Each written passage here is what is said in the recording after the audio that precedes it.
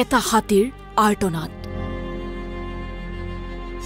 বিহত খোজ কাঢ়িব নোৱাৰে হাতীটোৱে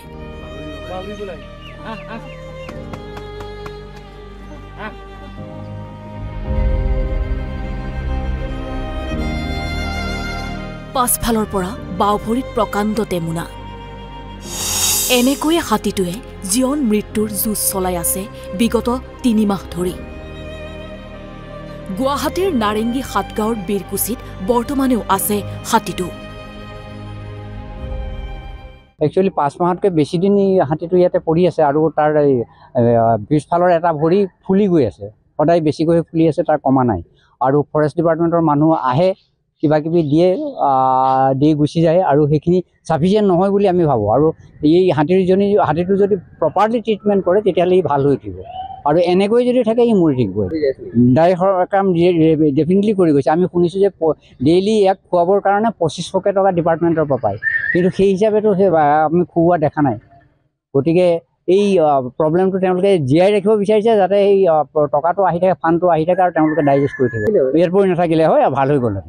ফৰেষ্ট ডিপাৰ্টমেণ্টে এতিয়া লৈ যাব লাগে হাতীটো প্ৰপাৰ ট্ৰিটমেণ্ট কৰিব লাগে আৰু ভাল কৰি ঘূৰাই দিব লাগে খোজো কাঢ়িব নোৱাৰে আৰু এটা ভৰি পূৰা ফুলি গৈছে আপোনালোকে চাওক ফৰেষ্ট ডিপাৰ্টমেণ্টৰ মানুহ কেতিয়াবা আহে দিয়ে তাৰপিছত বিশেষকৈ আমাৰ ইয়াৰ জনসাধাৰণে আনি দি থাকে মানে স্থানীয় মানুহৰে অসুবিধা হৈ আছে কিয় কি তাক খোৱা লোৱাখিনি ব্যৱস্থা কৰিব লগা হৈছে যদি ফৰেষ্ট ডিপাৰ্টমেণ্টে আহি আছে আহিলেও তেখেতসকলে ইমান যোগান দিব পৰা নাই বা উন্নত চিকিৎসা দিব পৰা নাই যদি উন্নত চিকিৎসা দিলে ভাল লাগিলে এইটো ৪ মাহ পাৰ হৈ গৈছে নাই কৰা নাই হাতীটো ভাল হোৱা বিচাৰোঁ আৰু অসমত এতিয়া হাতীক লৈ চিঞৰ বাখৰ চলিছে ৰাজনীতি আৰম্ভ হৈছে কিন্তু জাতীয়তাবাদীৰ চিঞৰ শুনা নাই অসুস্থ হাতীটোৱে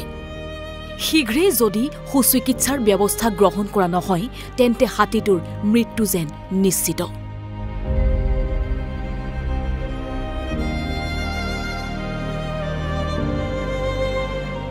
ভিডিঅ' জাৰ্নেলিষ্ট কংকনৰ সহযোগত বিচিত্ৰ ৰাজবংশী আৰু জিতুমণি ডেকাৰ report NB news Guwahati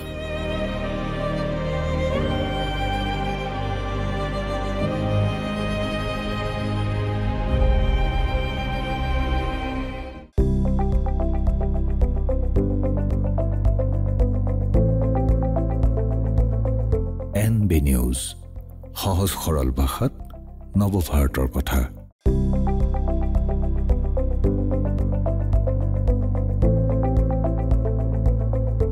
NB news সহজ সৰল ভাষাত নৱভাৰতৰ কথা